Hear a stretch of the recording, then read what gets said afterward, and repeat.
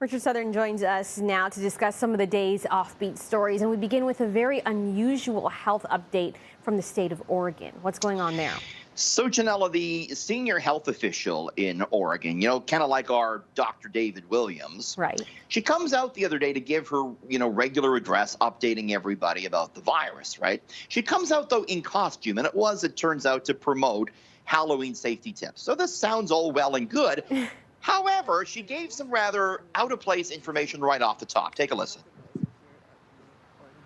As of today, there have been 38,160 cases of COVID-19 in Oregon, with 390 new cases being reported today. Sadly, we are also reporting 3 deaths today, bringing the statewide total for COVID-19 related deaths to 608. Probably should have rethought the costume when you're talking about deaths. Maybe she just should have dressed as a doctor for Halloween.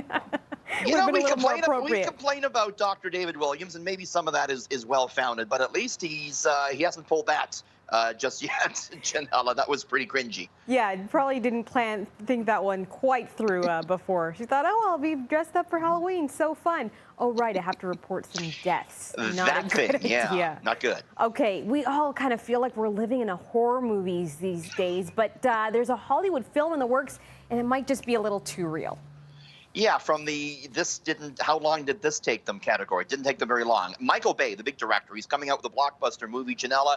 It's about a world ravaged by the pandemic. They're dealing with what they call COVID-23. Take a look. Curfew is now in effect. All unauthorized citizens must stay indoors. A grim new reality emerges. COVID-23 has mutated. And it's about 2 lead characters who are separated by a pandemic, which they say has been going on for 128 weeks. No. This is set in the year 2024. Oh my, do we need this? Ginella, no. Do we need this? This is too real. I'm like, they couldn't even just come up with a fake name, a fake virus, change it up a little bit. Like, this is too much. I would want nothing to do with it. They're trying to capitalize on our fear. Obviously, this was shot during the pandemic, and Michael Bay said, he couldn't be close to the actors, and they had social distancing. But I don't know. This is too much for me. We will pass on the Songbird. Should I tell you something funny? My husband, because he's a terrible person, made us watch Contagion. Oh boy. But we watched it in like February, right before things were kind of taking off. So when it was still overseas, I don't think there were any cases in Canada yet, or maybe just a handful of them. And so the whole time I was watching, I was like, okay, but this is a movie. It's an exaggeration. And, I was basically trying to talk myself down from this is what's going to happen. 7 months later, it's a little bit, a little too real. So I want nothing to do with that COVID-23 movie, because are we looking into the, into the looking glass, into the future? I'm gonna watch Borat again and enjoy that, I think. Yeah, all right. Thanks, Richard. We'll see you tomorrow. See you tomorrow.